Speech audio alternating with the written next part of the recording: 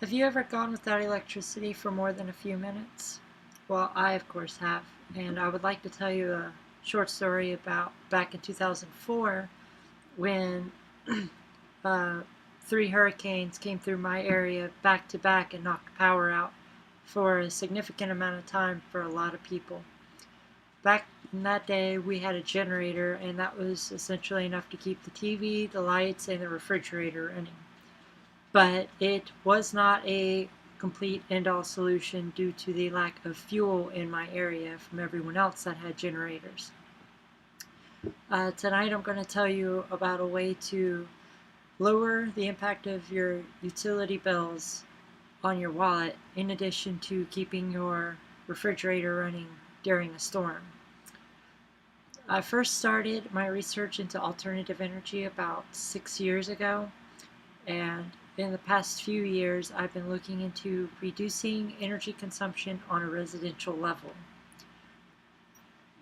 The three main points I would like to discuss tonight are reducing your overall energy consumption, the types of alternative energy out there that are available to you, and the benefits and incentives to alternative energy.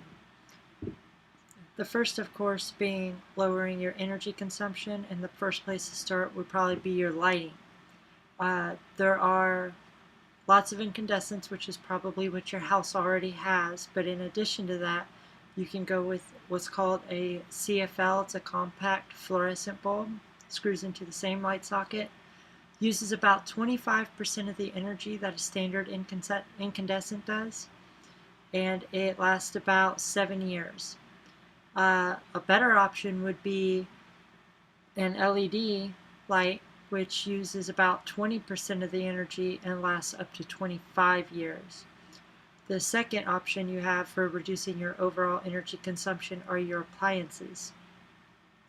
Everybody's heard of Energy Star rated appliances, and that is definitely the place to start looking.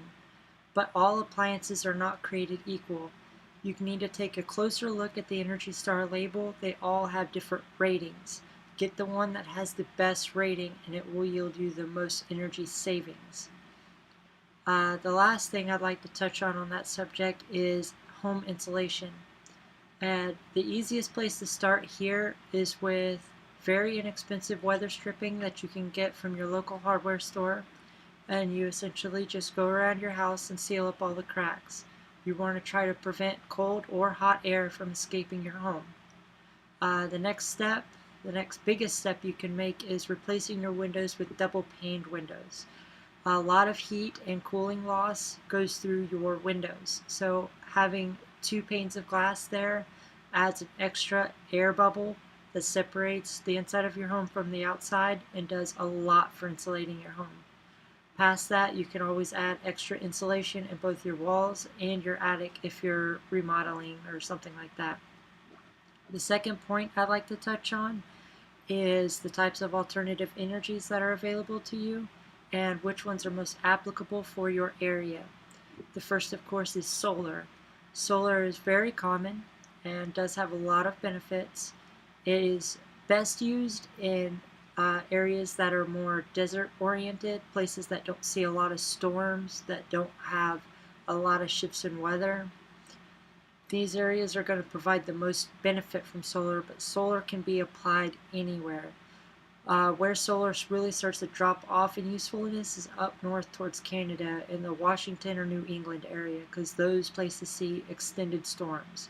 So solar is less effective in those areas. The second is wind generation. Wind generation is best found on Central America.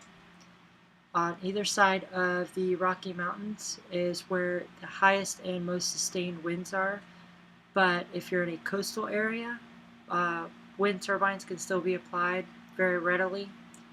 And if you're in any type of plain area, wind generators can also be useful.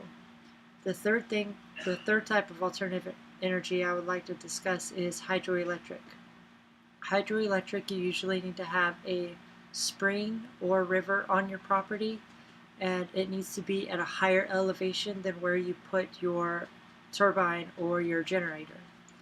The elevation is there to increase the line pressure and provide more reliable and higher amounts of sustained energy.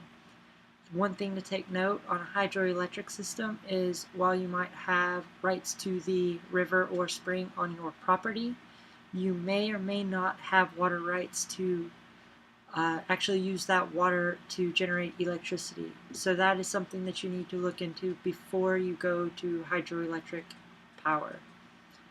The third point I would like to make is on the benefits and the incentives to alternative energy. Of course, there are the personal benefits, being able to lower your electric bill and provide electricity to your home during a storm or power outage. But past that, there are also tax incentives, especially for solar. There is a federal tax incentive for solar energy that you can deduct about 30% of your solar installation costs off of your taxes. So to be able to recoup 30% of that bill should help a lot in the way of getting a reasonably sized solar system for your residential property.